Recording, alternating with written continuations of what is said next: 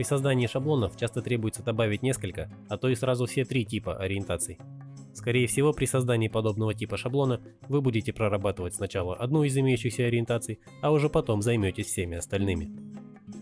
Так, например, подготовив вертикальную ориентацию в шаблоне с несколькими ориентациями, при попытке перечитать PSD-документ, вы получите следующее сообщение. Дело в том, что для каждой ориентации шаблона необходимо одинаковое количество составляющих ее слоев. Можно поступить так, как предложено в сообщении об ошибке, удалив или добавив слои, так чтобы уравнять их количество в каждой из ориентаций. Но этот способ весьма утомителен тогда, когда идет работа над одной ориентацией, сопровождающейся частым удалением и добавлением слоев в процессе поиска оптимального результата. Рассмотрим альтернативные способы разработки шаблона с несколькими ориентациями.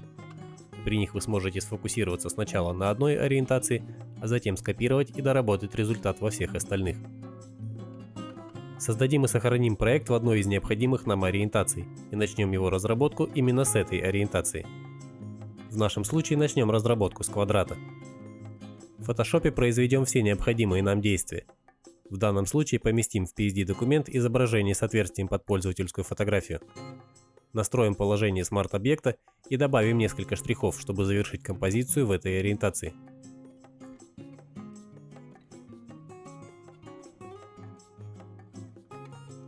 Теперь перечитаем PSD-документ. Напомним, что единственный активный переключатель с названием квадрат указывает на то, что сейчас в проекте только одна ориентация. Добавим к области вписывания фильтр винтаж. Обработаем тестовые фото для того, чтобы проверить сделанную нами ориентацию шаблона. Как видите, результат получился удовлетворительным. Теперь мы можем использовать полученный результат для создания остальных ориентаций. В качестве примера сделаем еще одну ориентацию – вертикаль. Для этого в конструкторе шаблонов выберем в меню «Вставка» пункт «Ориентация шаблона». В открывшемся окне в графе «Копировать» выбираем ту ориентацию шаблона, которую будем использовать в качестве основы для новой ориентации. В нашем случае это единственная ориентация квадрат.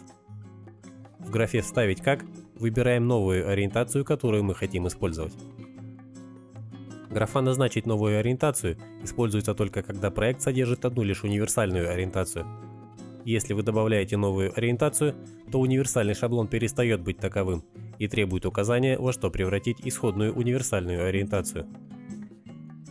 Вернемся в Photoshop и скорректируем размер области вписывания для соответствия вертикальной ориентации. Теперь перечитаем PSD-документ. Обработаем несколько фотографий для каждой из ориентаций. Как видите, фотографии обработались успешно. Обратите внимание, что для только что созданной путем копирования ориентации вертикаль автоматически для области вписывания добавился фильтр винтаж. То есть внутри одного PSD-документа фильтры копируются вместе с областью вписывания. Вернемся в Photoshop и обратимся к ориентации квадрат. Так как для квадратной ориентации вписываемая фотография оставляет пустоту под страницей, возникает необходимость в добавлении графического слоя, который, оказавшись под квадратной фотографией пользователя, заполнит эту пустоту. Добавим новую группу и добавим в нее слой с текстом. Перечитаем PSD-документ. Как видите, нам не удалось это сделать ввиду того, что структура ориентации стала отличаться. Во избежание появления подобной ошибки рекомендуется использовать меню «Вставка» «Графический слой». Таким образом, графический слой добавится сразу во все имеющиеся ориентации. Либо, если же вы решили добавить графический слой вручную, вы можете сделать так, как предложено поступить в появившемся на экране сообщении. Мы показали вам алгоритм, который позволяет довольно быстро создавать шаблон для одной ориентации, а потом переносить структуру во все остальные ориентации. Помните, что чем лучше вы предусмотрите реализацию структуры шаблона на этапе работы над одной ориентацией, тем проще вам будет с ней работать в дальнейшем.